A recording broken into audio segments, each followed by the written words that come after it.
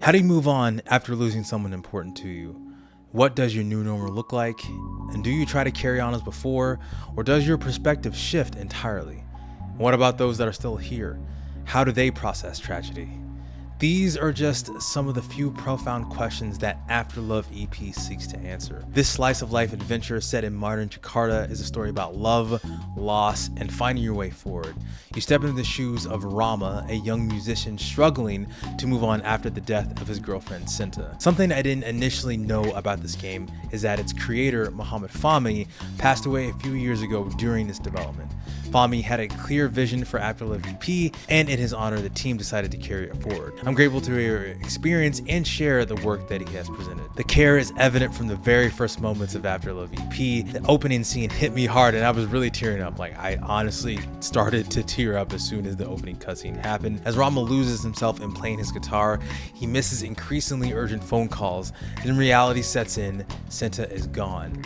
If this was just a prologue, I knew I was in for an emotional ride. The game actually takes place a year after Sinta's passing, and as Rama, you navigate life reconnecting with his music, his bandmates, and the people around him. Structurally, this is more of a visual novel, as the Steam page describes it. It's a mix of narrative adventure, dating sim, and a rhythm game mixed in there as well. Imagine playing only the slice of life segments from a Persona game without all the pressure of the RPG elements. The story unfolds over a month with a day-night cycle where you choose where to go and who to spend time with. Some days the narrative takes the lead, other days you have more freedom, maybe hanging out with a person at a coffee shop, finding inspiration at a record store while getting roasted by the clerk, attending poetry nights, or even going to therapy. Characters text you afterwards about your time together, adding to the immersion. While Rama has dialogue options, they are not overly complex, and this is a story meant to be felt, not actually gamified, so you really do feel these people are real. The rhythm game elements come to play during band practice and gigs, like either a performance or you're busking on the side for a coffee shop or on the side of the street. These sections showcase a fantastic blend of guitar, bass, and drums. And I'm not deeply familiar with Indonesian music, but the vibes are incredible. The original soundtrack, composed by Indonesian indie band La Alfa Lafal, enhances the experience.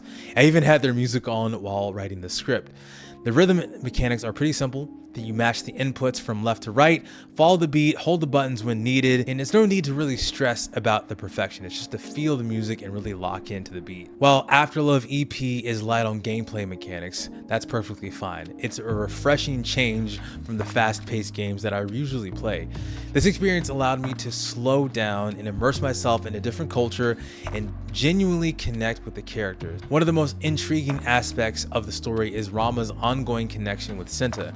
He can still hear her and he talks to her, but no one else can. To others, it seems like he's spacing out, and Sinta also reacts to how Rama interacts with others, adding to the emotional depth of the narrative. As the player, you influence Rama's growth at all times, and the story gets pretty heavy. His bandmates, Edit and Tasha, remind him that he's not the only one grieving.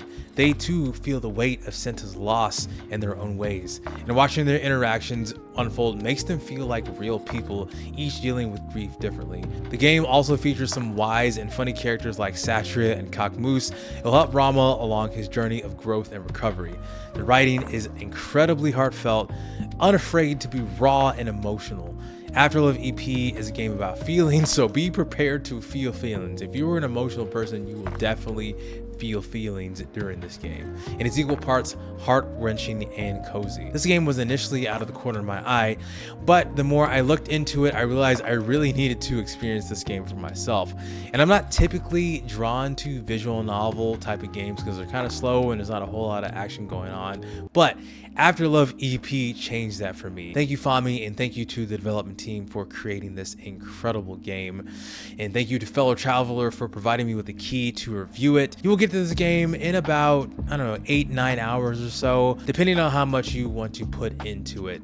But I highly encourage you to just read and experience and immerse yourself. Don't feel like you need to rush through this game, because this is a game that requires you to feel, not actually gamify anything. So it is a game, it's a game that you interact with, but you are going to feel feelings during this game, so be expected to do that. It's a game that I really like, and it's a game that pushed me out of my comfort zone of games that I normally play, so I highly encourage you to pick it up as well. If you're someone who was like me, who was not into very narrative driven type of games or visual novels or something that doesn't have a lot of action or interactability with it, I still would encourage you to check out Afterlove VP, because I believe that it is well worth your time, well worth your money, and a overall just great experience that will actually make you feel feelings. So I hope you enjoyed this review. Hope you enjoyed my thoughts on it. I know this is going to be shorter than what a normal review would be on this game, but this is a game that I don't want to really spoil. I want you to experience this for yourself. Obviously, you're seeing some of the gameplay elements behind me, but I don't want to show off everything. I really and truly want you to experience this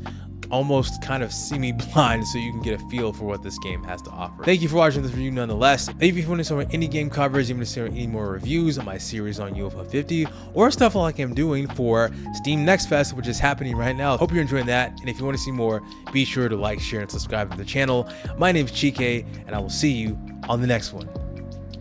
Peace out.